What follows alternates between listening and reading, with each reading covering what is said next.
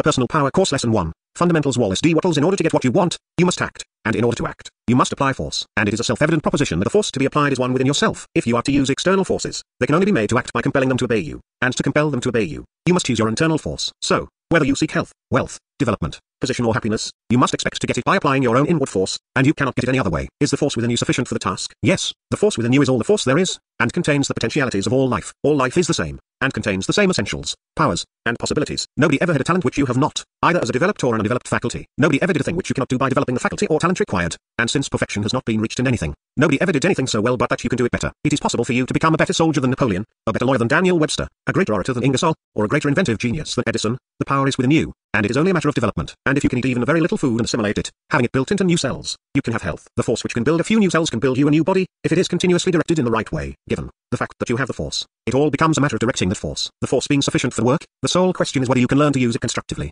For we must bear in mind that every act of force is either constructive or destructive in its tendency. Nature is always working along two general lines, integrating atoms, drawing them together into forms, and scattering and dispersing the same atoms, dissolving the forms. The same agencies are employed in construction and destruction. There is no duality, and we do not find two sets of forces at work. Nature, working with the chemistry of life, with oxygen and the food particles of matter, builds a great oak tree. But when it is finished it is already dead at the heart, and nature goes on with the same agencies, oxygen and the chemical processes, to disintegrate its form. The same oxygen, which is the principal agent in building our living bodies, is the chief agency in disintegrating them when dead. It is a matter of constructive or of destructive use of the same things whether we have health or sickness, success or failure, in our bodies. The process of cell construction and of cell destruction are going on continuously, and whenever cell destruction in any part is in excess of cell construction, we are dying in that part. Nothing can save us than but a reversal of the process. We must make constructive action equal to, or greater than destructive action. If constructive action equals destructive, we shall hold our own and continue to live. If constructive action exceeds destructive action by even very little, we shall grow stronger, and the tissues of our bodies will grow finer in texture, more flexible and beautiful, and more youthful in appearance. All these truths are self-evident. What we want, therefore, is to make constructive action slightly exceed destructive action in every part, so that a continual refining process may go on in our physical bodies. This we can do. In the matter of business success, we find the same basic principle obtaining. Business success is a matter of using certain mental and physical materials so as to combine them into a certain relationship. To succeed in business, we must take certain people and certain things, and combine them together in a certain way. And when we have done this, we have succeeded. Just as, in building a house, the mason takes bricks and mortar and combines them into a structure, so in business we seek to take people, goods, money, and bring them into such relations to each other as to form a certain structure. You are trying to build a structure, and your materials are people, goods, and money. The certainty and rapidity of the process will depend upon how great a proportion of your actions are constructive. A good bricklayer may waste a great deal of time by doing many things which are not essential to his work at all. He can kill time in lighting his pipe, and in various other ways, and a poor bricklayer may lose by imperfect construction. Part of his work may fall down, or he may have to tear it down, changing activity from the constructive line to the destructive one. The best bricklayer is he who wastes no time in irrelevant and negative actions, and who loses none by destructive action, making every act distinctly rightly constructive. That is what you must learn to do in business. Make constructive use of every person and thing. In order to do this in his work, the bricklayer must have a pretty clear idea of what he wants to build. He must know whether he is working on a square house, or a circular chimney, and in order to build your business structure, you must know what you want. Actions which would be constructive upon a building of one type would be destructive upon a building of another type. If you are going to build a brick house, you will not buy lumber for a frame house, you will buy brick, and the more clearly you have in mind the house you wish to build even to its least important details, the more completely you can provide the necessary materials, and the more definite and constructive you can make every action. I cannot lay too much stress on the necessity of wanting to do something, and of knowing what you want to do and what you want to be. You might as well put to sea without knowing which port you wish to make as to start in life without a definite purpose. You cannot work constructively unless you have in mind to construct something, and you must have in mind a picture of that which you wish to construct. Aim high, but know what you are aiming at. Do not fire into the air. Hitch your wagon to a star, but know what star it is, and know why you hitch to it. What kind of structure would a bricklayer build who was not sure whether he was working on a circular chimney or a square cottage? We have now called your attention to two fundamental facts. First, that you have within you the power to get what you want, and second,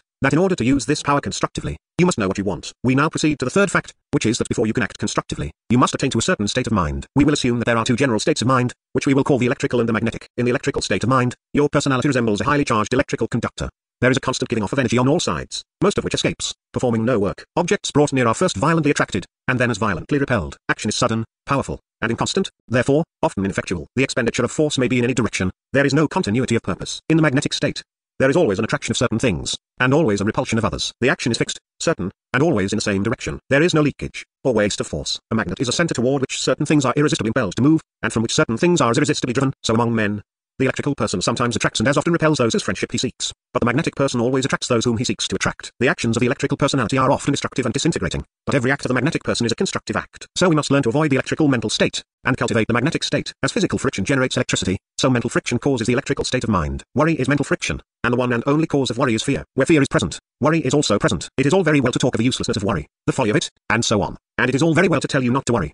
But you cannot help worrying, so long as you have any fear as to the future. You can only eliminate worry by eliminating fear. You cannot get rid of worry by telling yourself that it is useless. foolish and harmful. So long as you have fear, you will worry just the same, and you will have fear just as long as you have doubt or uncertainty. So long as you have doubt or uncertainty as to whether you will get well, you will worry about your health. So long as you have doubt or uncertainty as to whether you will succeed in business, you will worry about failure, and so on. Where there is no doubt or uncertainty as to future health or success, there can be no fear. And where there is no fear, there can be no worry, or mental friction. So long as there is doubt or uncertainty, there must be fear. And as long as there is fear, there will be worry, mental friction, and the electrical state of mind, resulting in destructive action. So you must eliminate from your thoughts all doubt and uncertainty that you will get well, that you will succeed, that you will gain your point and get what you want. You may have some uncertainty as to methods, but you must have none as to ultimate results. You may not feel certain that you will succeed today, or next week, but you must feel certain that you will succeed sometime. Now, nothing can eliminate doubt but faith, and only certainty can remove uncertainty. How can you make yourself certain that you will get well, and that you will succeed? You can only do it by believing something, by getting down to some basic fact, the knowledge of which will give you certainty. And here is the basic fact, stated in several ways. You have within you the power which can give you perfect health. If constructively used, it will give you perfect health, and you can certainly learn to use it correctively. So there is no uncertainty as to health. You have within you the power which can bring you to abundance. If constructively used, it will bring you to abundance, and you can certainly learn to use it constructively. So there is no uncertainty about wealth. You have within you the power which can develop any or all of your talents. If constructively used, it will develop them, and you can certainly learn to use it constructively. So there is no doubt about development. Now,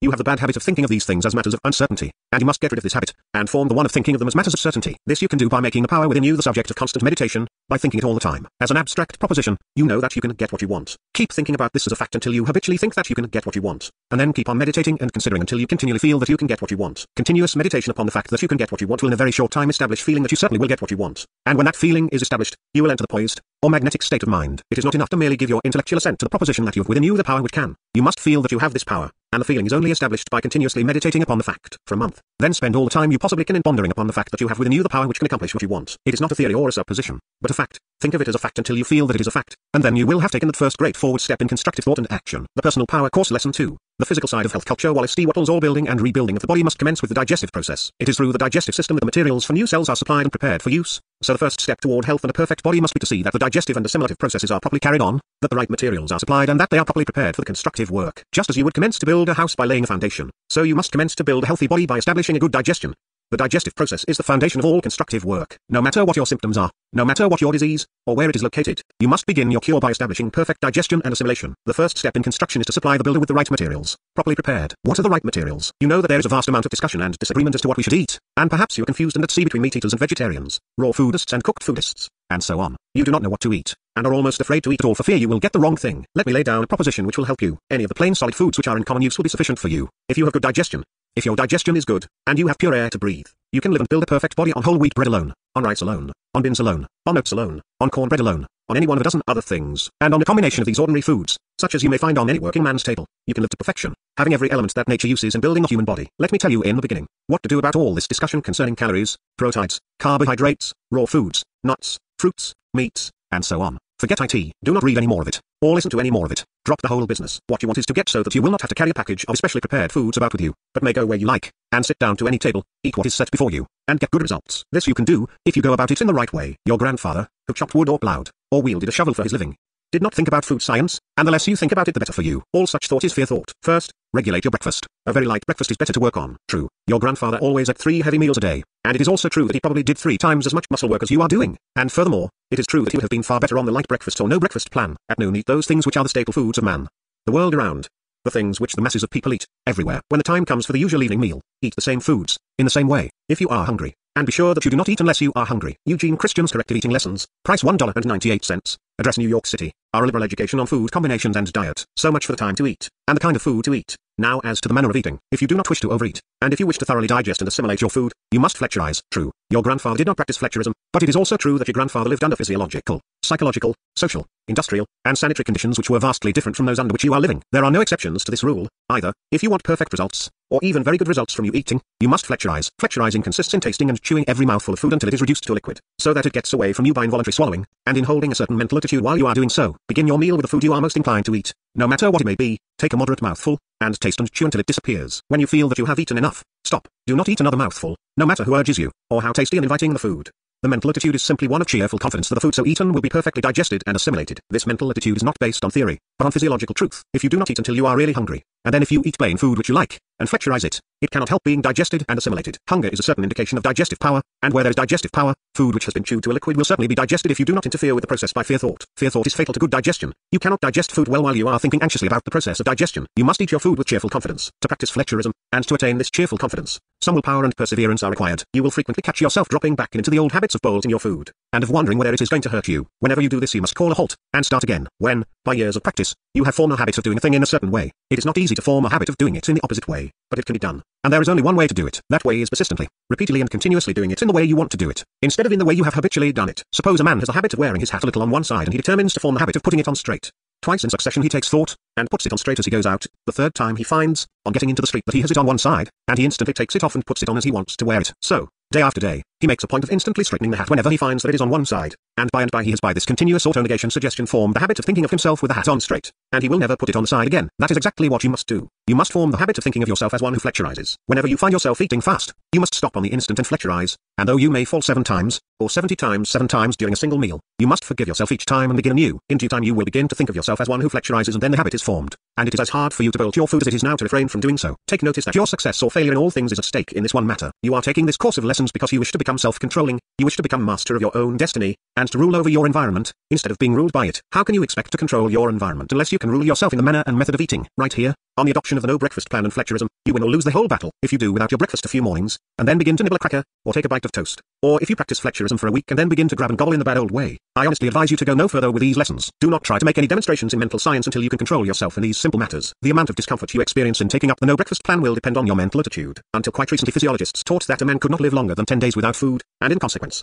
hundreds of people who were deprived of food starved to death in from 6 to 10 days within the past decade. However, it has been demonstrated repeatedly that a person whose mind is properly trained can fast for 30 or 40 days with little loss in weight, and often with no apparent diminution in strength. This proves that the people who have starved to death in 10 days or less have died because they had been trained to believe that they must perish if they went beyond that limited period without food. If you believe that way, you can experience all the distressing feelings of incipient starvation in going without your breakfast, or by confidently expecting the opposite. You can do the hardest work in the forenoon, on an empty stomach without the least discomfort, but with an actual gain in power over the breakfast eater. This you can prove to be true by giving it a thorough trial continuing long enough to get mentally adjusted to the plan. Aside from the above, the physical requirements for good health may be summed up in a paragraph. Breathe pure air, especially when you sleep. Open your windows wide both in summer and in winter. Pile on the bedclothes if you need them, or sleep in warm clothing. But if pure air, bathe as often as necessary for perfect cleanliness. Do not take cold baths unless you enjoy them. Get a little all-round exercise of some sort every day. And that is all. You do not need to work hard, or do strange or unnatural things in order to be well. You do not have to swallow drugs, or live on outlandish and freakish bills of fare. You do not have to assist nature or interfere with nature, or to do yourself violence in any way, externally or internally. Good health is a perfectly natural thing, and no unnatural practices are necessary in order to get it and keep it. The cure of disease is a work of nature,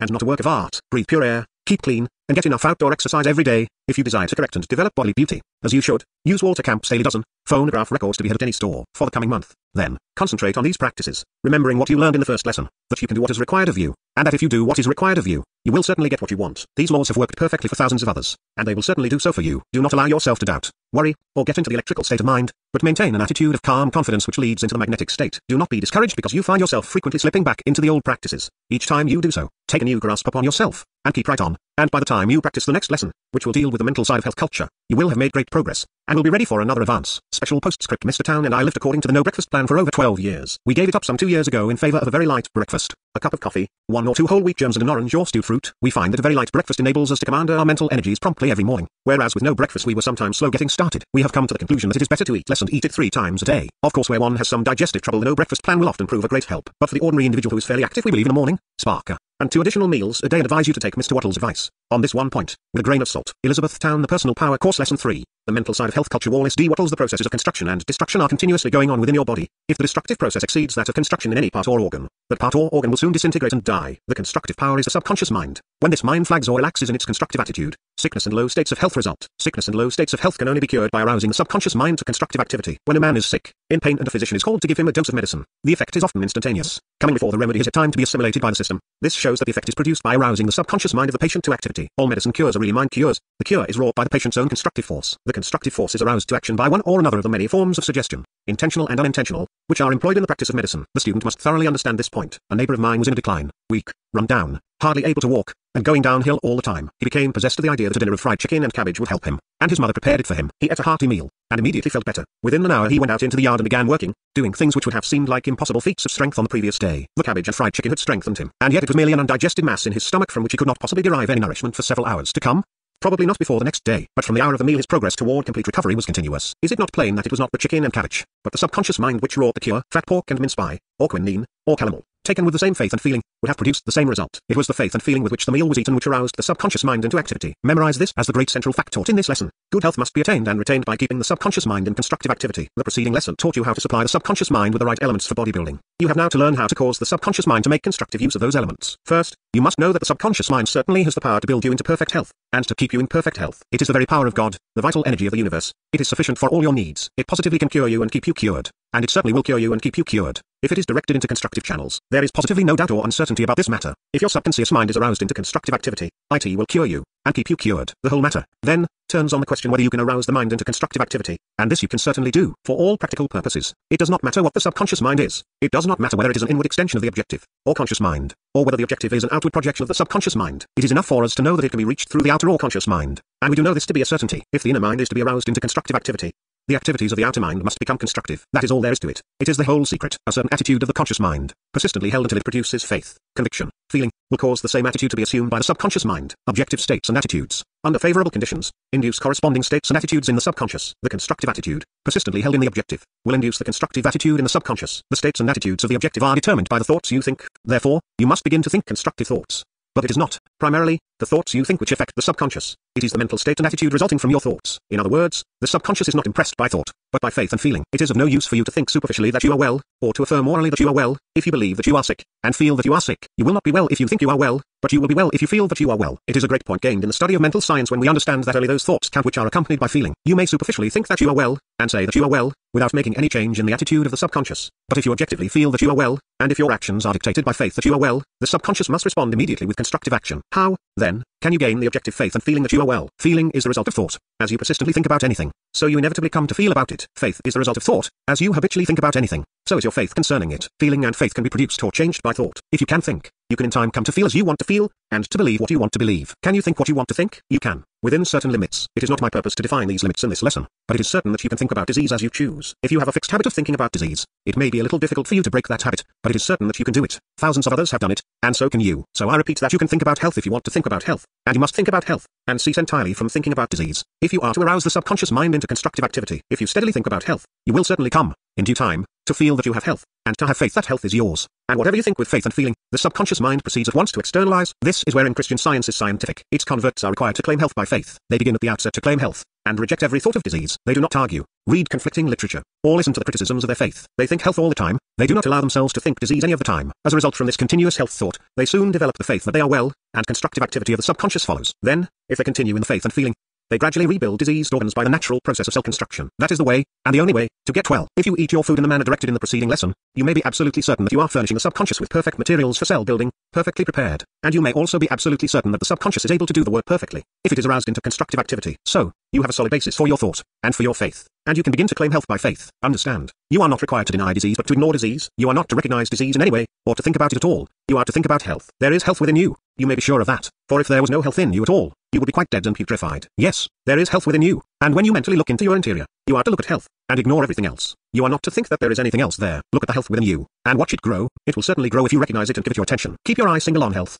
If your eyes single, your whole body will soon be full of light. But if your eye be closed by doubt, fear, or anxiety, the light within you will turn to darkness. Never allow yourself to speculate, mentally, as to what is the condition in your kidneys, liver, stomach, or bowels, as to how far disease has progressed, and so on. It does not make the least difference. Think of the health force that is steadily building new cells in the affected organs, out of the perfect food materials you are furnishing it, and rejoice in the process of construction. Think construction, talk construction, believe in construction, feel construction. Do not argue about it. Do not discuss theories as to how and why you are getting well, for that will most likely involve you in controversy. Just say that you are getting well. Do not listen to people who talk disease, weakness, or death. This is where you may meet a point of difficulty. When you find yourself in a company where the conversation runs along destructive lines, try to swing into constructive channels if you can, and if you cannot, better take your hat and go home. If you must stay, shut your ears to what is said. It might be well to carry a little cotton in your pocket for each ear, like George Eliot's painter, and fix your mind on health. By a little practice you will find that you can acquire the ability to think what you please, while those around you are talking what they please. Think health, anywhere, everywhere and at all times. Ignore disease. Never permit yourself to complain, or speak of yourself as being sick. When you mention your condition at all, let it be to speak of yourself as growing better. Talk, and think.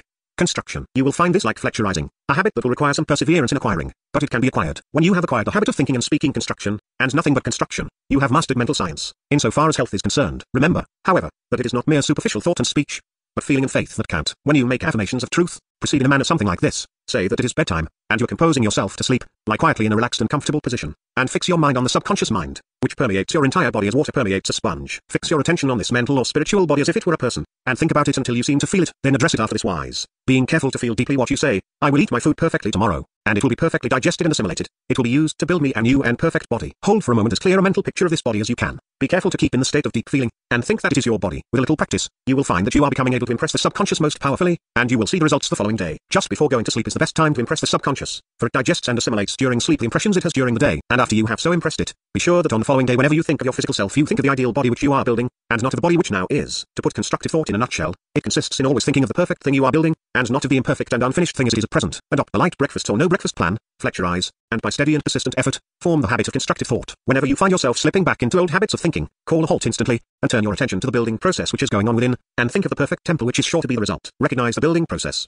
Think and meditate upon the building process. Talk about the building process. Have faith in the building process, and you will soon be delighted to feel and see the building process. The Personal Power Course Lesson 4, The Physical Side of Wealth Culture. Wallace D. Wattles. The physical side of wealth culture, like that of health culture, consists in making perfect use of the physical essentials. To build a strong physical body, you must begin by assimilating food. And to build a strong financial structure you must begin by assimilating the wealth in the environment you can reach now. To gain more wealth you must make constructive use of the wealth you have now, or of the creative and assimilative power you have now. If you use your creative power and not your assimilative power, someone else will get what you produce, and you will be a mere wage slave, a producing machine. If you use your assimilative power, and not your creative power, you will be a robber, and while you may become rich, you will never be wealthy. What you want to learn, then, is how to use your creative and assimilative power, and also how to make constructive use of all the wealth you may get. First, you must know that there is wealth for you, that if you proceed according to law, you will certainly get all that you are justly entitled to.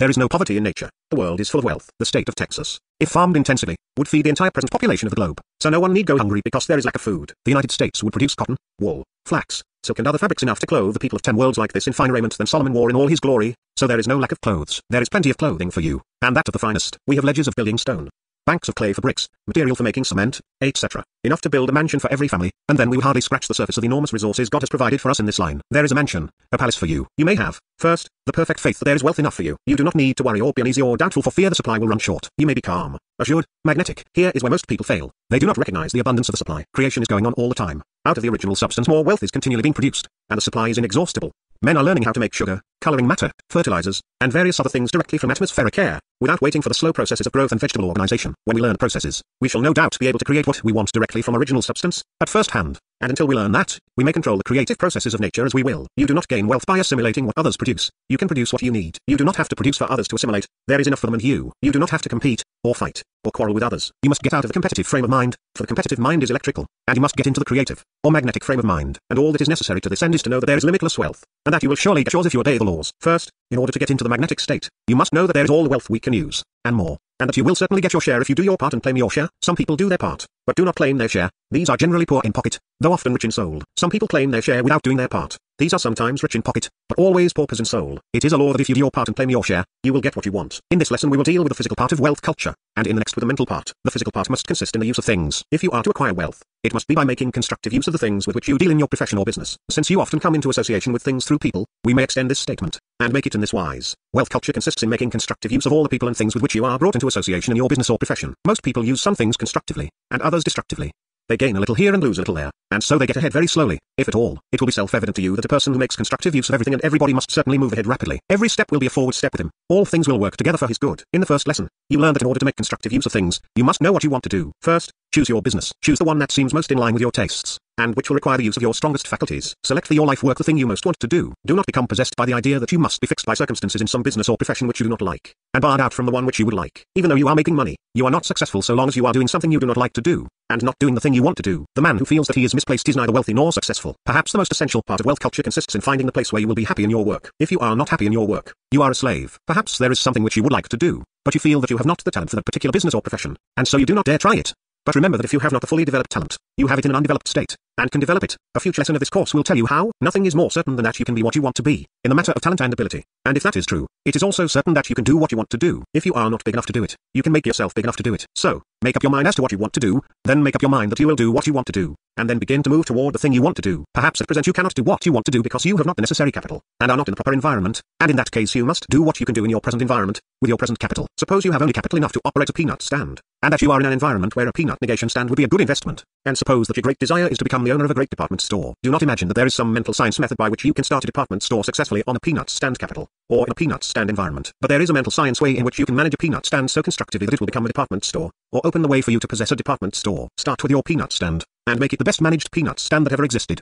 The essential point to remember is that you must reach what you want by acting, by doing things, and today, you can only act where you are, and on the things that are within reach. Do not waste any time straining after the things that are out of reach, or longing for the things which belong to the future. Act today on the people and things within reach today, but act always with your mind set on getting what you want. Act in the full faith, the positive knowledge, that you will get what you want. Make every act a positive act, and an act of faith. Do not sit down and try to attract the thing you want to you, but begin to move toward the thing you want, and you will find it coming to meet you. Action and reaction are equal, and the person who steadily and purposefully moves forward with one thing in view becomes a center toward which the thing he seeks is drawn with irresistible power. This we will demonstrate in the next lesson. When you move forward with full faith, every act becomes a success in itself, being done in the spirit of success. And the only way to achieve complete success in life is to make every act a success in itself. The only way to build a great success is by combining a multitude of smaller successes. You cannot build a great success out of a multitude of small failures. If, every day, you can make every act a success in itself, and make every act tend toward the thing you want to do, then you must certainly come in time to doing the thing you want to do. When you continually move toward a thing, you know that you must get there sometime, and you will find that the farther you go the more rapid your progress becomes. The rule is, do, today, everything that you can do today. Do everything you do in the most perfectly successful manner in which it can be done,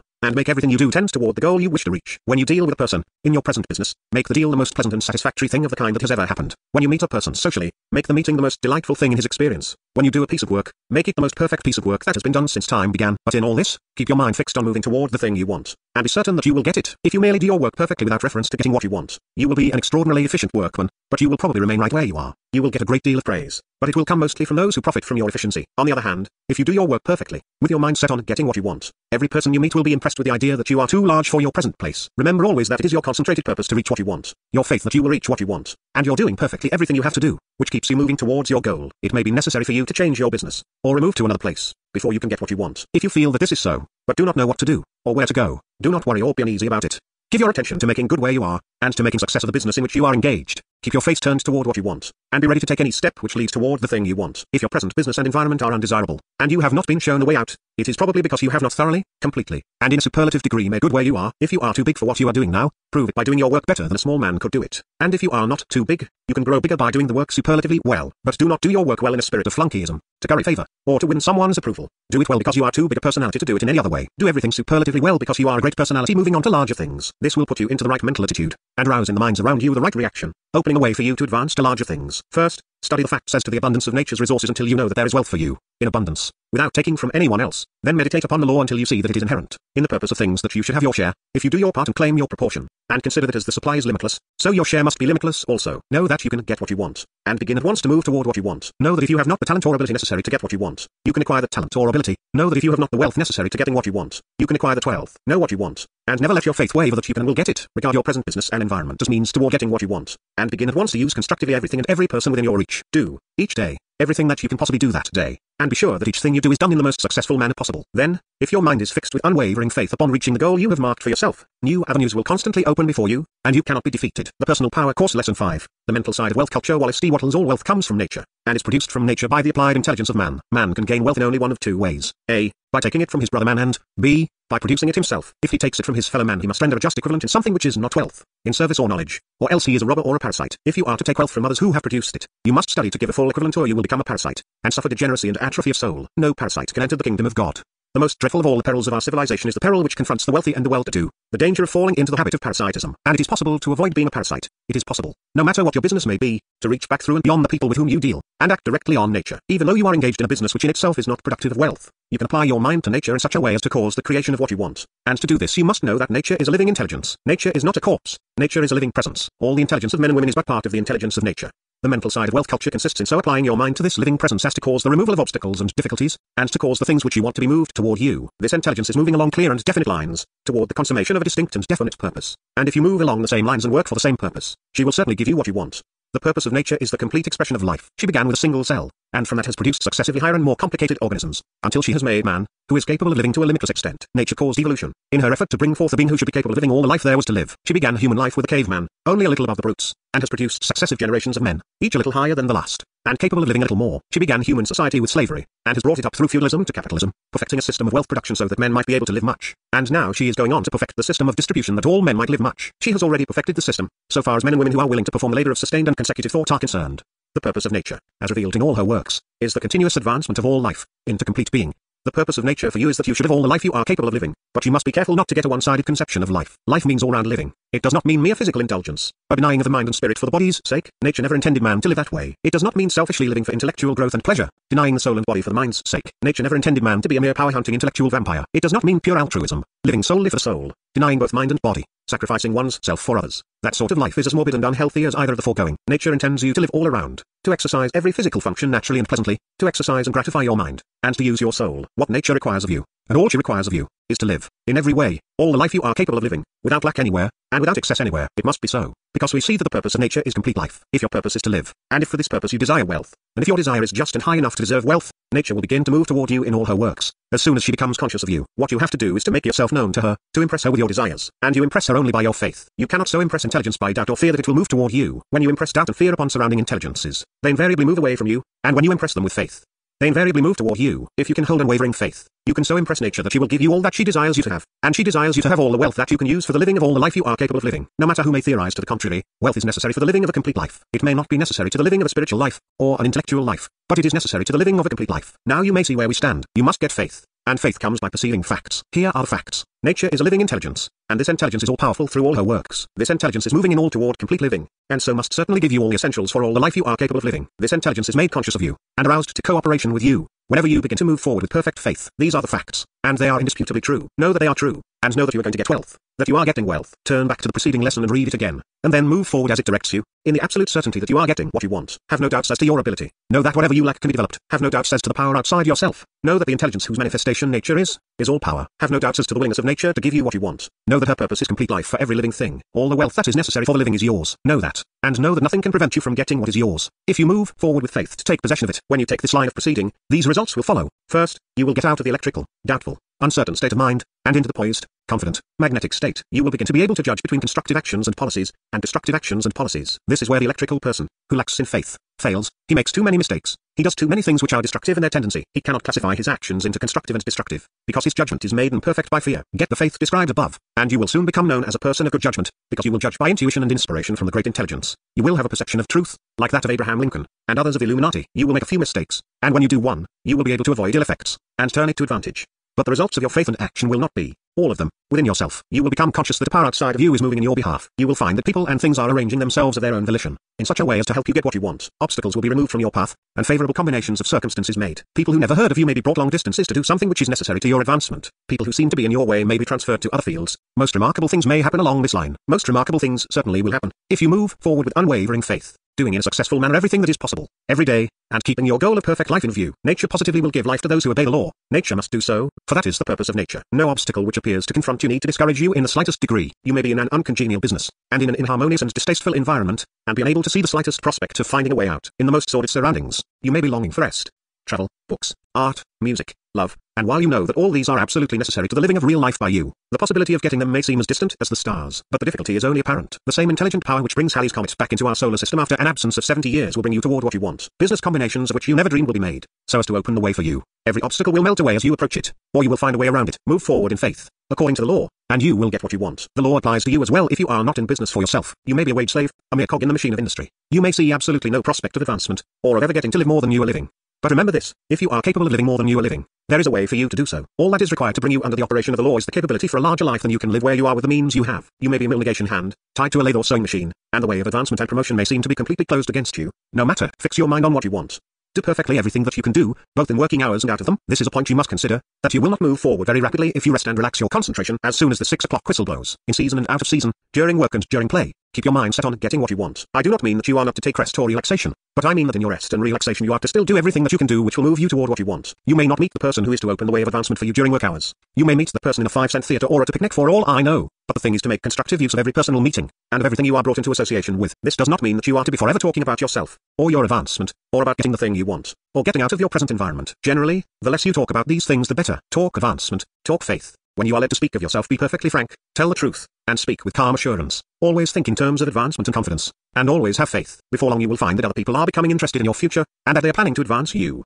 The writer of this lesson once came to the point where the possession of a typewriter was an absolute necessity to the continuance of his work, and at the right time, the typewriter was purchased and freely given for the cause by a man who, 24 hours previously had been an entire stranger, and who accidentally, as it appeared, learned of the need. This is the way things will happen to you, if you come under the operation of the law. You see that the essentials for wealth getting seem finally to be reduced in number to two: absolute and unwavering faith, and making constructive use of everything and of every person in your present environment. The two must go together. Napoleon, with all his ability, and his skill in bending men and circumstances to suit his purpose, would never have made himself master of Europe, but for his unshakable faith in his destiny, and he would have never mastered Europe by his faith, without continuous constructive action. Know what you want. Know that you can get what you want. Know that you will get what you want. Make every action a success in itself, and do not omit any action which tends to bring you toward what you want. Follow closely and continuously the direction given in this and the preceding lessons, and all that you can use for the living of all the life you are capable of living will certainly be yours. The Personal Power Course Lesson 6. The development of talent. Wallace D. Wattles. All life is the same, comes from the same source, and contains the same possibilities. In the subconscious of every person is the power that can, but the present application of the power depends upon development of faculty. The power that can produce music is inherent in the subconscious of every person, but in very many persons the power is denied expression because the musical faculty is not developed. The power to paint beautiful pictures is inherent in the subconscious of every person,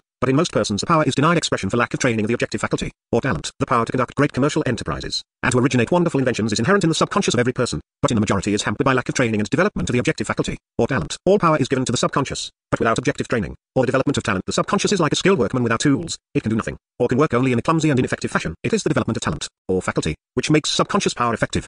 Every talent or faculty finds its expression through some particular section of the brain, and the development of the talent, or the power and ease of the action is in proportion to the fineness and number of active cells in its own particular brain area. A child born with a large number of fine and active cells in one section of the brain will be a natural musician, one born with the same condition in another section of the brain will be a mathematician, and so on. The musical ability, or the mathematical ability, or the oratorical or artistic ability are the same in all cases, but the ease and power of expression will depend upon the number, fineness, and the activity of the cells in the particular brain area involved. It is a correct expression to say, I have no musical talent, if you speak of the power to express yourself in music, but it is not correct to say, I have no musical ability, if you speak of the potential power to cultivate expression. You have as much musical ability as anyone, but it may be a much longer and harder task for you to develop talent than if you had been born with a good start in that direction. The development of talent is a matter of multiplying brain cells, and increasing their activity, and this is accomplished by turning the energy of the subconscious to the work. And in the beginning, let me remind you of what you learned in the second lesson, that the subconscious cannot work unless it is supplied with proper materials, perfectly prepared. You cannot build fine and active brain cells with partially digested food, so the first step in the development of talent must be to adopt the no breakfast plan, and begin the practice of Fletcherism. Give to the subconscious the finest and most perfectly prepared materials, and it will manufacture the finest and most perfect cells in whatsoever part of the body it may expend its power. Having supplied the subconscious with the right materials for brain building,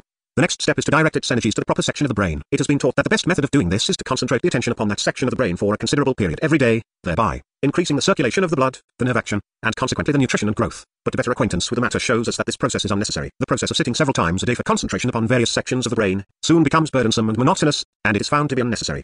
There is a better and more natural way. The development of talent is accomplished by obedience to the same law which governs all other development and attainment. Do what you can do today, and do it in the most perfect manner possible. And when you can do any one thing perfectly, it will give you the ability to do a more difficult and complicated thing tomorrow. It is a self-evident proposition that all growth and all advancement must come by obeying this law. If you can do the work of your present position only in a feeble and imperfect fashion, you certainly could not make good with the larger and more complex tasks of the next higher position. It is not merely doing what you can do today, but doing it perfectly that causes development. It will be seen by what is said above that the development of talent is, in part, a physical matter. The section of the brain used in expressing the particular talent must be cultivated. Now, the cultivation is like that of any other part of the body. It is done by exercise, taken in the right mental attitude. The benefit of exercise depends mostly on the attitude of mind in which it is taken. Exercise builds up the athlete, and when it is called work, stiffens and cripples the laborer. Play will make a child grow healthy and happy, while the same, or less, exertion in the monotonous work at a cotton mill would soon kill the same child. It is mostly a matter of the mental attitude in which the work is done.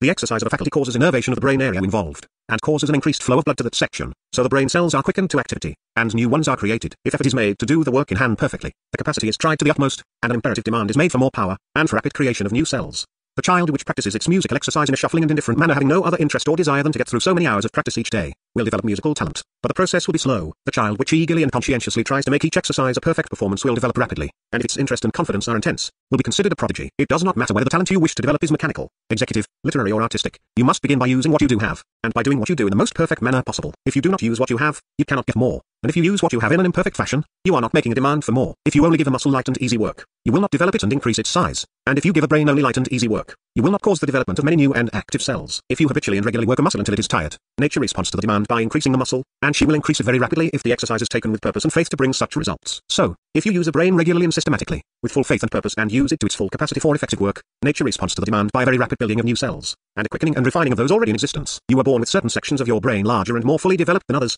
so certain things were easier for you to learn than others. You had a natural talent for them. In other words, your subconscious already had the tools to work with, in expressing itself along those particular lines. Other sections of your brain were smaller and contained fewer cells, and it is by developing these that you acquire or develop new talents. You do not need to change the shape of your skull, or to enlarge these parts of your brain, but only to refine the brain tissue, and multiply the number of active cells. And this you can certainly do as indicated above, by using the faculty steadily and regularly, and by seeking perfection in your work. And your progress will be rapid in proportion to the faith and purpose with which you do your work. The development of talent is not by any means necessarily a slow process. Let us suppose, for example, that you wish to develop a talent for literature. First, you must know that you can write. However little the ability you seem to possess now, you must know that you can bring that latent possibility to the surface. This will give you the absolute faith which arouses the subconscious to full and effective action, and which causes it to draw on the infinite for more power if necessary. If your faith is absolute, there is no limit to set to the genius you may develop. No one has ever done such perfect work, but the better work is possible to you. You may write better dramatic verse than that of Shakespeare, better character delineation than that of Dickens, better fiction than that of Dumas, better poetry than Whittier or Longfellow. All the limitless resources of the universal mind are yours to draw upon. If your faith is unwavering, you are not limited by what others have done. Along with faith in your ability to develop talent must go the purpose to develop talent. It does not build a faculty rapidly if we merely use it as a ditch digger uses his muscles, in drudgery, without the purpose of development. We must use the brain as the athlete uses his body. Use it in hard work, but with the purpose of development always in view. The object of work is to produce something. The object of exercise is to develop the instrument. Work which is not exercise may produce something, but it tears down and wears out the brain. Exercise which is not work may build up brain or body, but it produces nothing. Work which is exercise both produces and develops. If you have faith that you can develop talent, and keep steadily in mind the purpose to develop it, your work becomes exercise. If it is done in the proper manner in literary as in all other work, is suggested above. Aim at perfection.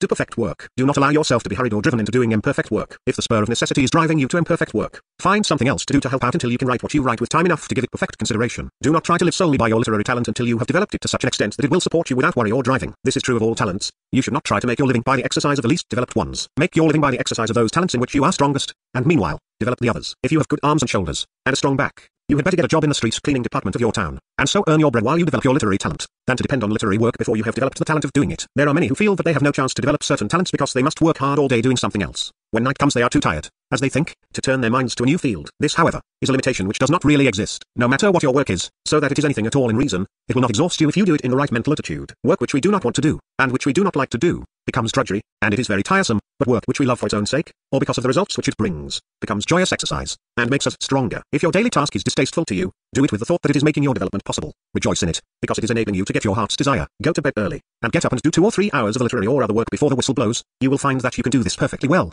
and that the very best time for brain work of any kind is before 7 o'clock in the morning. Whatever talent you wish to develop, know that it is an absolute certainty that you can develop that talent, and know that it is quite within the bounds of possibility for you to develop it to a greater extent than has ever been done. Begin in full faith, and with an unshakable purpose to do what you can do now, with what talent you have now. Do this regularly, and as continuously as possible, never losing sight of your purpose of limitless development. Do all that you can do in the most perfect manner in which it can be done, in the full faith that you are developing a brain which will enable you to do it still more perfectly tomorrow. Proceed exactly as indicated in all the foregoing, and you must certainly succeed, and succeed so rapidly as to astonish you. The Personal Power Course Lesson 7. The Retention of Youth. Wallace D. Wattles. Is it worthwhile to achieve health, wealth, and ability if, when we reach the age of 45 or 50 years, we are to begin to lose it all, to begin to go downhill, grow slower of step, dimmer of vision, steadily weaker in mind and body until we are reduced to absolute helplessness and dependence? If we go the common way of the world, just as we become most effective we shall begin to become ineffective. Just as we gain what we want, we shall begin to lose it all. If one is to be counted old and has been, a back number at 50, life is hardly worthwhile. Many sweeping assertions have been made by metaphysical teachers and writers concerning the retention of youth and the conquest of old age idea, but we are still lacking a well-tested scientific demonstration on this point. In this lesson we will consider the known psychological and physiological facts in the matter, and try to draw legitimate conclusions as to what is possible for us to do. First,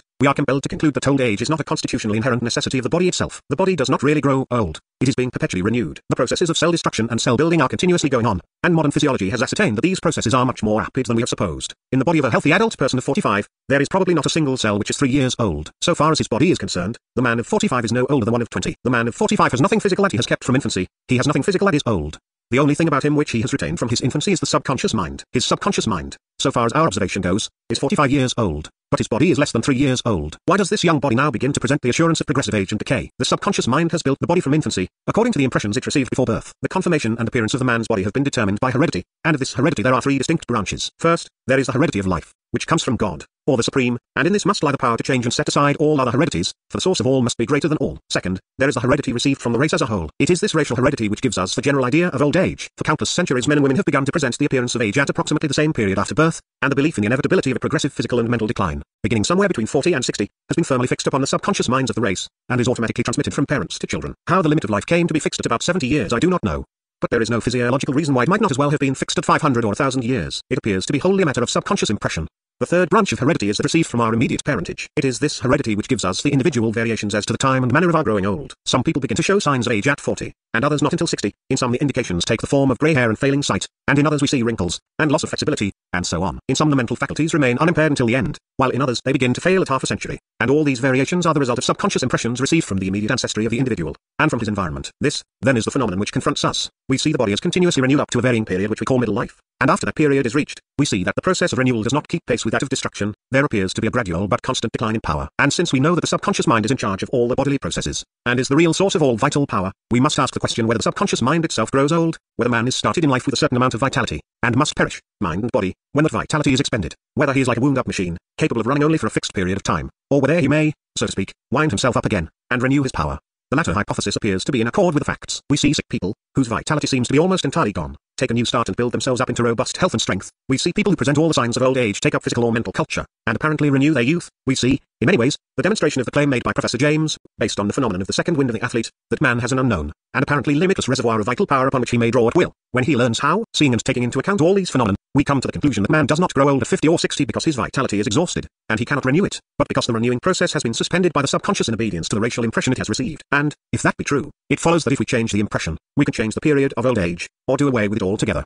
The logic of this conclusion appears to be impregnable, so completely so that it is admitted even by materialistic physicians and physiologists, who say that there is no physical reason why man should not retain youth and life indefinitely. If there are no physical reasons, there can only be mental reasons, and the mental reasons can be removed if it is possible to change the mind. We come then to the crux of the whole matter in the question whether the racial and ancestral impressions of old age can be removed from the subconscious, and the impression of perpetual youth and continuous renewal put in their place. Theoretically, we know that this can be done, because we know that the subconscious can be impressed in any desired way, but practically we find the matter in hand to be one of unusual difficulty. The idea of old age has been fixed upon the subconscious by racial thought and experience for countless centuries, and it is so firmly embedded as to seem almost a part of the very texture of the mind itself. It will not be removed by a few repetitions of the opposite idea. When the individual sets himself against the mighty tide of racial experience in which all men and women have shared for 100,000 years, he undertakes no light task. He has not only to overcome the influence of the almost unanimous belief of all living people, but he has to overcome the subconscious legacy received from countless millions who have passed on. He has to overcome the suggestion of old age continuously received externally from those around him, and he has to overcome the belief in old age, fixed as a rock in his subconscious mind by the thoughts and experiences of all those of the race who have preceded him. It is not easy to do this, but it is possible. It is possible because man can think what he wants to think, and by scientifically thinking what he wants to think, he can impress what he wishes upon the subconscious mind. To retain youth,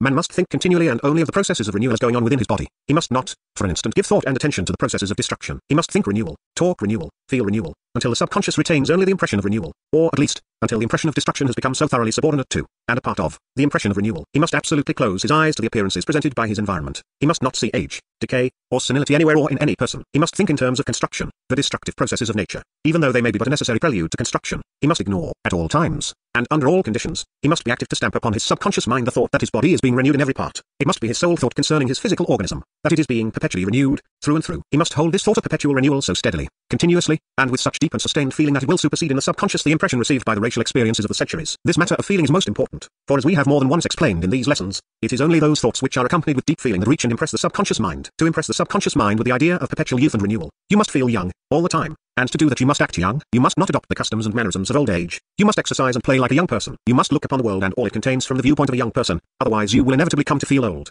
And if you do, you certainly begin to present the appearance of age. Get the viewpoint of a young person, and be careful to keep it. Mentally take and hold the position of youth. It is not necessary that you should be frivolous or undignified, but it is absolutely essential that you should act and feel young. If you do not class yourself with the young, you will certainly class yourself with those who are older, and that is admitting the old age idea, and will lead to your classing yourself among the down and outs. Hold the mental attitude of youth, and take the physical attitude of youth. If you do this, you cannot take life too seriously. You must play a great deal. Normal youth is always ready to play, and the person who feels young seeks play and amusement. If you are a young person, you will not only want the more staid and quiet mental pleasures, but you will seek for physical sports, games, and outdoor enjoyments of the strenuous kind. How can you retain the mental attitude of youth if you say, I used to play tennis, or golf, or baseball, but now croquet is strenuous enough for me? That is equivalent to saying, I am a has-been. You must play those games which require activity, and flexibility of the muscles. That is the only way in which you can retain activity and flexibility. If you are to hold the frame of mind required, you will have to drop exercise, and put play in its place. You do not wish to admit that you are taking exercise to retain your youthful vigor and flexibility. You simply play because you are young, and so enjoy playing. Be careful that you do not get into this mental attitude, I am growing old, but I will make believe that I am young. The truth is that you are young. There is not an old cell in your physical body, and your mind is a mere infant, so far as its duration is concerned. Youth is to be retained, not by a skillful and strenuous make-believe, but by steadily recognizing the fact, and refusing to be misled by the appearance. The old age of the body is an appearance, brought about by a deeply stamped but erroneous subconscious belief. If the opposite subconscious belief is established, the appearance of old age will be supplanted by the manifestation of the real truth of youth. And to accomplish this, you must take, objectively, the attitude of youth. You must think youth and feel youth. You must mentally recognize and dwell upon the process of constructive renewal until the subconscious is thoroughly foiled and permeated with the thought of it. How much can you accomplish? Can you retain youth indefinitely? Well, some people are accomplishing a great deal in that direction. There are people who, at 65 and 70, look as young, and to all appearance are as young as those of 30 and 35. They have lost nothing in mental or physical power. If that is possible for them, it is also possible for you.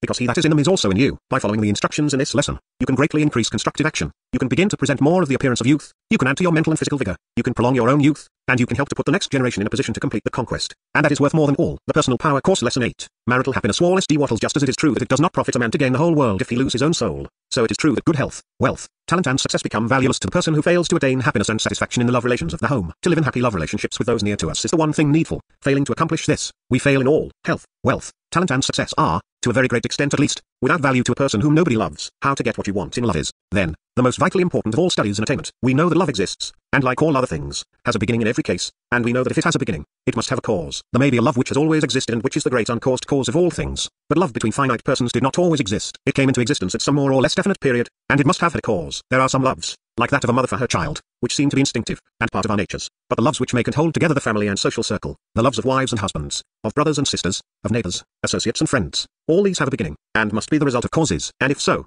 the causes must be practically the same in every case, for it is a law that like causes always produce like effects. If we can find the cause of love, and apply it, we shall be able to produce love. So we must go in search of this cause. At the outset, we discover that it is always something in the recipient, in the person on whom the love is bestowed. One person does not love another unless he sees something to love in that other. Love is always won, or attracted by the person who is beloved. Love cannot be bestowed at will. You cannot love everybody. You may feel benevolent goodwill toward everybody, but that is not love. You can only love those who from your point of view are lovely. You love those who attract your love, or win it. You cannot love those who do not. Love is not created by law, or statutory enactment. You cannot love people because somebody orders you to love them, nor can they love you because they ought to do so. Every person is under a moral obligation to be just and fair to others, but no person is under a moral obligation to love others. Every person is under a moral obligation to endeavor to so live as to win the love of others. Nobody, not even your husband or wife, is under obligation to love you. You are under obligation to win and hold the love of others. The husband whose wife has ceased to love him has no ground for complaint. It is she who may justly complain that he ceased to win her love. The wife whose husband does not love her must not hold a fancied obligation over him. She must attract and win him, or she will lose him. No law or moral obligation can compel one person to love another. The fact that other people do not love us is not a cause for complaint against them. They cannot help it. If we were lovely, they could not help loving us. If I am not successful in business, it is because I have not applied power within me so as to achieve success. And if I am not loved,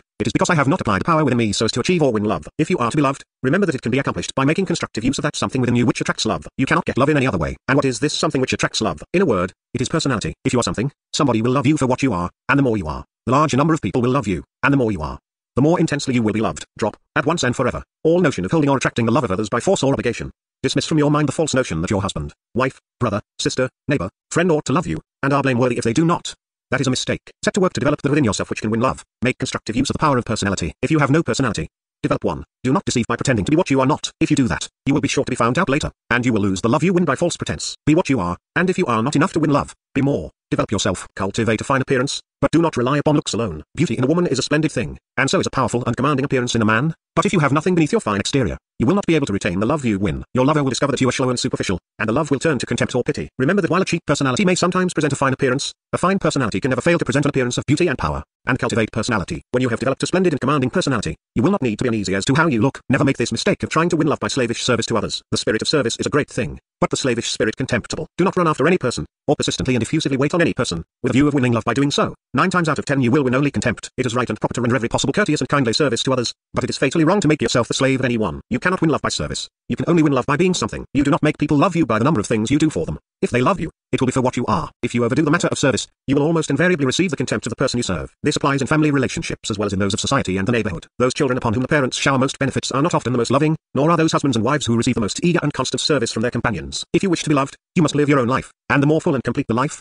the more love you will win. You cannot win and retain love by pretending to be something else than yourself, for your true self must be discovered someday. To win and retain love, you must be yourself, and your best self, and the more you are of your best self, the more you will be loved. So you will see that it is a mistake to sacrifice yourself for others. When you sacrifice yourself, you lose the very thing which will attract others to you. Instead of sacrificing yourself for others, what you must do is to make the most of yourself for others. Those who sacrifice themselves for others may win some degree of pity and tender feeling, but they are not loved as are those who make the most of themselves. Do not imagine that you can buy love by what you do. You must win it by what you are. So, in social and neighborhood matters, be something. If you see the need for reform, be a reformer, but do not sacrifice yourself for any reform. You will probably not help the reform by doing so, and you will lose your own life, or all that is worthwhile in life. The altruism which leads to continuous self-sacrifice is morbid and unhealthy. The altruism which leads one to make the most of himself for others is noble and praiseworthy and is the only kind of altruism which really helps the world. If you are a strong and lovable personality, you will be loved by your neighbors and fellow citizens, but if you throw yourself away for their good, they will only feel contempt for you. I do not mean that you should be selfish. On the contrary, I wish you to avoid selfishness. There is nothing more selfish than what commonly passes for self-sacrifice. The most selfishly conceited people are generally those who sincerely believe that they are making the largest sacrifices for others. Remember, What wins love is personality, and self-sacrifice means the sacrifice of personality. Personality is not developed by the things you do without, but by the things you use constructively. You can get at the natural method of winning love by watching the methods instinctively pursued by a pair of young lovers in courtship. The young man makes the most of himself. He wears the best clothes he can obtain, and tries in every way to present the appearance of a strong and attractive personality. If he sees faults and weaknesses in his sweetheart, he does not call her attention to them, or try to correct them. He makes the very most of himself, so that she will desire to please him. He knows that if he can make himself worth pleasing, she will do her best to please him, and he tries to develop a fine, manly, noble personality, and she, seeing how well worth pleasing he is, will dress her best, act her best, cook her best, and strive to be her best for him. By being something, himself, he causes her to be something in order to attract and win him, and the rule works both ways, for the more she makes of herself, the more anxious he becomes to win her. They continually try to improve themselves, to develop new powers, new beauties, new attractions. They live the advancing life in their effort to win and hold each other's affection. If you wish to win the love of some particular person, address your love to that person. Fix your mind upon winning the love of this person, but do not try to act upon him or her in any way. Act upon yourself. Do not try to influence any person into loving you. Address your love to them, and then make so much of yourself that they cannot help loving you. If you are already married, and find that love seems to be waning in your home, you will readily see the cause from what has been said. Marriage love is created by the process called courtship, and requires a continuous application of the cause to keep it alive. If love is waning in your home, it is because courtship has ceased. You have ceased to lead the advancing life. You have ceased to win each other's love. Love after marriage cannot be retained merely in response to promises made or obligations taken. It must be continuously won if it is to be retained. You certainly will not be loved unless you make yourself worth loving. Do not plead obligation. No husband or wife is obliged to love a partner who does not try to win love, and no one can love a partner who does not win love. Do not try to win love by mere service. No husband will love his wife because she makes herself his slave, and no wife will love her husband because of the multitude of things he buys for her, or does for her. Do not make the mistake of trying to win the love of a husband or wife by slavish service. You will be loved for what you are, not for what you do. Render all the service you can, but do it in a great way, not in a slavish way. Be the servant of all, but do not be a slave to any. If you are a woman, do not allow yourself to be so bound down by kitchen and household duties that you have no time nor opportunity to cultivate yourself. That is useless self-sacrifice, and no family has a right to demand it of the wife and mother, nor will she be as well loved as if she insisted on an opportunity to live her own life. Whether you are a husband or wife, a father or mother, remember that your family will not love you for the number of things you do for them, but for what you are. If you desire the love of any person, you must address your own love to that person, for love begets love. Action causes reaction. Address your love to the person, but do not try to influence, compel, or purchase his love. Win it, and you can only win the love of any person by developing within yourself something that is lovable. All persons are not attracted by the same characteristics, but if you love any person in a genuine way, you will be instinctively led to develop in yourself those things calculated to win the love of that person. Married people who wish to love each other should remember that like causes always produce like effects, and that the methods which made them love each other before marriage will cause them to love each other still. Let such couples institute a second courtship, and make it to continue as long as they live, and let them understand that a genuine courtship consists in each living the most complete life possible, and making the most that is possible of himself, doing this for love's sake. This process will be continuous, for there is no limit to the soul's possibility of development. Any married couple may go on developing new attractions for each other as long as life lasts. Make the most of yourself, and you will be loved. You will also help the world. The Personal Power Course Lesson 9. Special application Wallace D. Wattles as a type of a large class of avocations. Let us take the pursuit of literature, and consider how the seeker after success should apply the principles given in the preceding instructions. And going back to the initial lesson, we find that our first requisite was that the seeker must know what he wants. Make up your mind at the outset whether you wish to excel as a writer of fiction,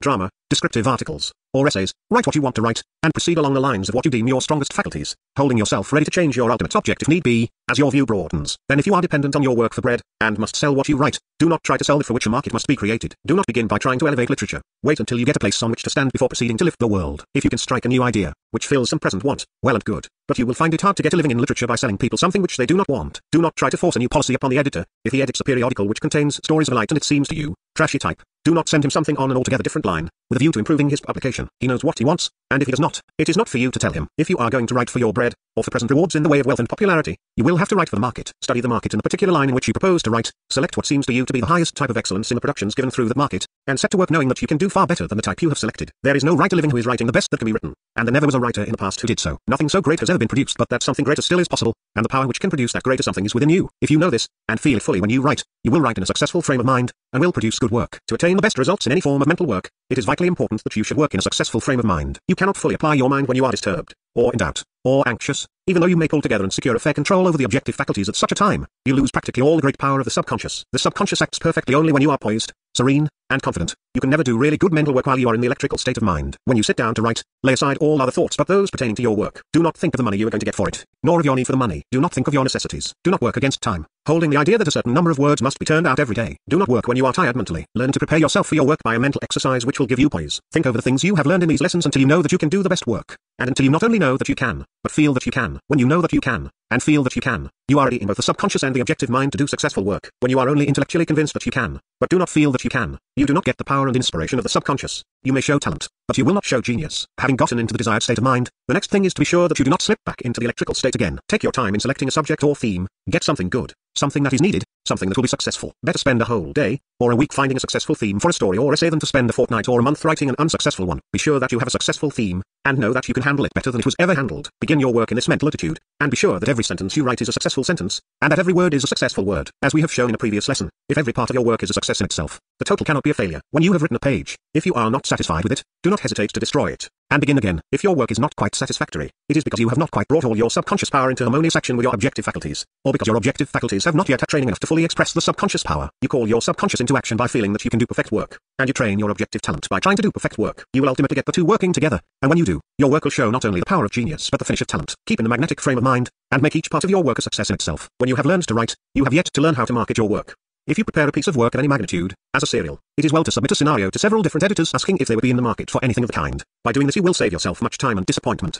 By a little experimenting in this way, you will find the best places to send the kind of stuff you produce. After you have learned where to send what you write, and what to send to each particular place, you will not find the way to literary success very difficult. It is in this matter of finding a market, by the way, that most mental workers fail to find success. The unsuccessful lawyer, doctor, clergyman, or other brain worker is such because he does not offer his product at the right time, in the right place, or in the right way. There is no really good mental product for which the demand is not infinitely greater than the supply. Know that you are capable of doing the very best work, and know that there is a really limitless demand for the best work. Then study the market until you are prepared to offer your work at the right time, and in the right place. Then comes the question of offering it in the right way. Never offer your work or your services with an apology, or in an apologetic manner. If you do not think well of your work, others will not be likely to think well of it, and if you do not act as if you thought well of it, others will not be prejudiced in its favor. Think well of your work, and make plain to others that you do think well of it.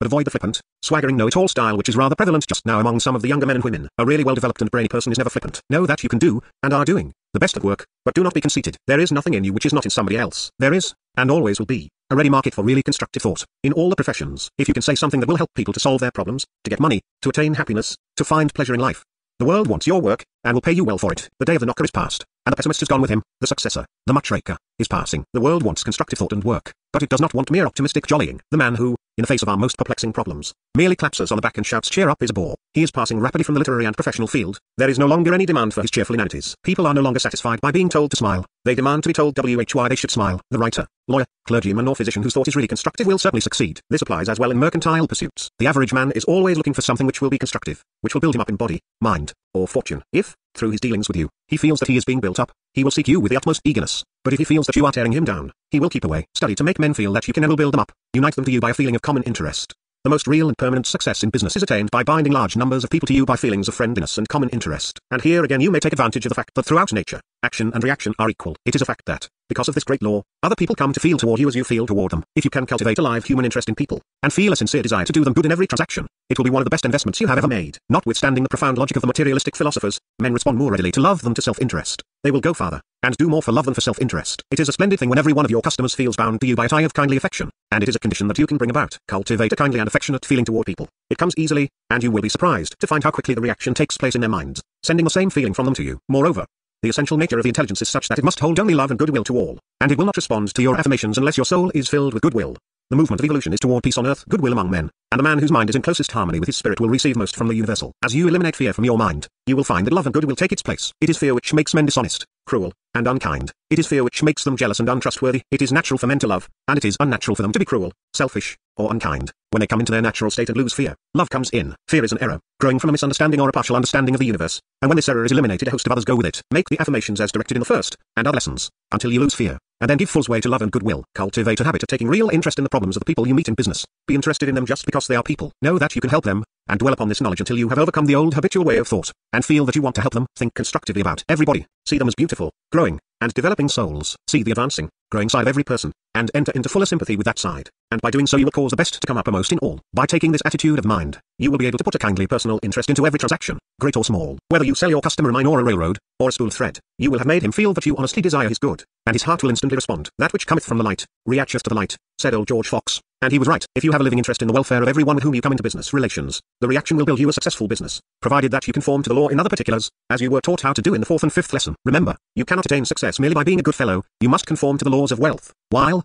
on the other hand, you cannot attain any success worth having unless you do learn to make yourself one in heart with your kind. Recognize the great fact that every human being is an advancing soul, like yourself, and always think of every man as advancing. If you do this, you will come to see the whole world as advancing. You will hold only constructive thoughts concerning it, and you will hold only constructive thoughts concerning your own business. When you hold only constructive thoughts concerning your own business, and act with the full power and judgment of the subconscious mind, your actions will be constructive. You will make no mistakes, and you will certainly get what you want. The Personal Power Course Lesson 10, Opportunity. Wallace D. Wattles. Perhaps the hardest thing for the average person to become fully convinced of is that there is no limit to opportunity. We have become so accustomed to looking upon the field of business and professional life as overcrowded, and to seeing the positions of advantage already taken, that we are prone to think of ourselves as having no chance. But this is an error, and, since holding this belief paralyzes faith, and prevents us from advancing in a scientific manner to accomplish what we want to do, we shall devote this lesson to proving that opportunity is without limit. We have already shown you that there is wealth enough for all, so that your opportunity is not limited by lack in the natural supply. And we have shown you that if any power or talent is lacking in yourself, you may develop it. Now we shall show you that your chances are not being taken away by your fellows, and that there is a power at your service which is sufficient for every need. It is true that there is a sense in which opportunity is restricted. Some things have been done so well that the world does not need to have them done over again, and some things are being so efficiently done that the world does not need that you should do them also. It is of no use to write Shakespearean drama, if you write it just as Shakespeare wrote it.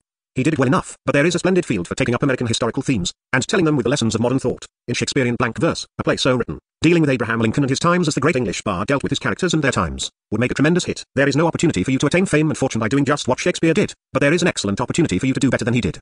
There is little or no opportunity for you to develop a new petroleum field, and build up an industry in competition with the Standard Oil Company. That company has the field pretty well covered, and is doing the service as well as the people require, and so long as they are satisfied with the service, they will not support a competing industry of the same kind. The oil industry is monopolized, but that is not the only thing you can work at. There are 10,000 times 10,000 different ways of doing everything, and nothing is being so well done but that there is a better way of doing it yet undiscovered. There are better ways of heating and lighting the world than by coal, gas, oil, and electricity, better sources of power than steam, better building materials than we are using in our houses, and better foods than we are eating. The undiscovered realms in nature are a million times as great as those which have been discovered and explored, and so long as this is true, there is no lack of opportunity. Do not look for opportunities to walk in the beaten track and do the same things others are doing, especially those which are being well enough done. Get into the place where growth is going on. Do not attach yourself to that which is already full grown. There are some industries and professions which society is outgrowing, and which are declining. In these there is little or no opportunity for advancement. Do not learn an obsolete trade or profession. Get into one that is on the upward grade. Do not manufacture stagecoaches, they are no longer in demand. Make automobiles, new ones are being created every day, and new industries are springing up to supply them. Get in line with these, for here is where opportunity lies. Do not get false ideas as to the respectability of various professions. Better to be the successful proprietor of a 5-cent theater than a physician in a community where nobody believes in taking medicine. So the field is wide,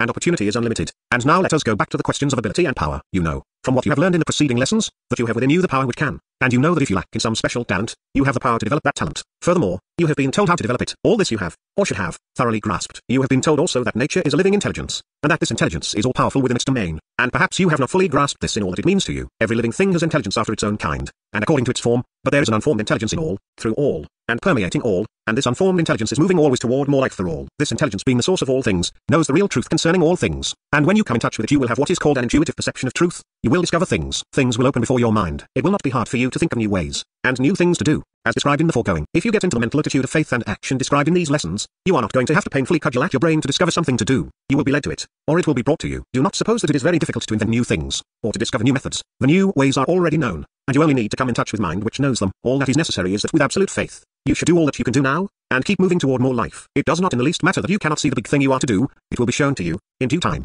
for there is one who knows. Have faith, and move on. Never stop to look at the obstacles in the way. You may be a wage slave, a mere cog in the industrial machine, with no apparent possibility of ever getting to be anything else, but all the difficulties are only apparent. Set your mind on what you want, not merely with desire, longing, aspiration, but with all these and with positive faith, and begin to move toward it. You may not see how you can take a single step toward it, but you can hold the constructive attitude of mind, and you can think and speak constructively, and you will soon see that a power outside yourself is moving in your behalf. New people will come into your life, and new ways of action will be opened to you. You will begin to advance, and you will go forward more and more rapidly as time goes on. There is one mental attitude which is fatal, and which you must avoid, and that is the attitude of believing yourself the victim of circumstances, condemned to a dreary grind from which escape is impossible, or very difficult. It is not so. They that are for you are very many more in number than they that are against you. The mountain round about you is full of chariots and horsemen, if you will open your eyes and see them. There is nothing mystical or fanciful about this idea. The world is formed for the continuous advancement of life, and there must be a law back of the continuous advancement which we see, beginning in the single cell, and ending in the mastermind. That law is that nature's whole force moves with the advancing soul. This is a fact, and when you know it to be true, you can take advantage of it. It is a fact that all things work together for good to those who advance with faith toward more life and who use every power and faculty constructively. There is no power in human industrial systems, or in monopolies to keep a man down who knows this fact, and who shapes his course accordingly. No working man or working woman is irrevocably fixed and held in place by the system. The law of the advancement of life is stronger than any human system. It is a universal law, and applies to all. There can be no exception. You may say that it cannot be true that all working men should not take advantage of this law and rise to be capitalists, for then there would be no working men to do the work. But this does not hold good. As soon as any considerable number of working men and women begin to lead the advancing life, they, themselves, by virtue of the advancement, will change the system and open the way for increasing numbers of others. All that is necessary for the complete overthrow of the existing order is for a sufficient number of people to lead lives of continuous advancement within the existing order. These are basic facts which you must hold in mind. If you keep this faith, No matter how circumstances may combine against you, you will find that the difficulties are only apparent. When one road is closed to you, it will be because another and better one is to be opened. When you do not get the thing you hoped for, it will be because a better thing is being brought to you. Never be disappointed. Know that every seeming reverse is the prelude to something better than you hoped for. If you move forward in the manner described in these lessons, life will be a continuous series of surprises, in that you will always be getting something better than what you expected. For example, I prepared a manuscript with great care, intending to sell it to a certain publication for $50. When it was ready, the magazine had so altered its plans that the work was rejected, and I pigeonholed it, in full faith that my labor had not been in vain. 2 years later my attention was called to the fact that another publication desired manuscript along that line, and I revised it and sold it for $250. That is the way things will work for you, if you keep the faith, and show your faith by your works. It is well to keep in mind the fact that the intelligence of nature has no favorites, but is moving equally toward more life for all. To be in full harmony with this intelligence, therefore, and so come fully under the operation of the law, you must move toward more life for all. What you want for yourself, you must want for everybody. If your aim is a mere selfish grasping for power, without regard for the rights or benefits of others, you may succeed, but you will often play a lone hand, and you may fail. Unless you are in complete harmony with the great intelligence, you will not have the certainty of success. But if you are in this complete harmony, it is absolutely certain that you will get what you want. Study and contemplation of the phenomena of nature will give you an understanding of this intelligent power which is moving toward more life, and with this understanding will come faith. Then you must contemplate the fact that this same power functions in you, until you have the same faith in the power within as in that without. The first essential to success is the faith that success can be attained, and that it certainly will be attained if the law is obeyed. Know that the thing you wish to do can be done, and that it certainly will be done if you take the right constructive action. Know that the right constructive action is within your power, for you can begin to move forward where you are, though ever so little, and so move forward. Keep your mind fixed on what you want, but if a better thing is shown to you, do not hesitate to take it. Nothing is too good for you. Remember that advancement comes by constructive action, and that constructive action consists in doing perfectly everything that you can do where you are now. Never try to do tomorrow's work today, and never be satisfied with today's work unless it is done in the most perfect manner possible. Make the very most of today in every way. Have the best of everything. Never be satisfied with less than the best. Recognize the fact that the best is for you, and for everybody, and try to get for all what you are getting for yourself. But do not sacrifice yourself for others. You can only really help others by making the most of yourself for them. Never be disappointed.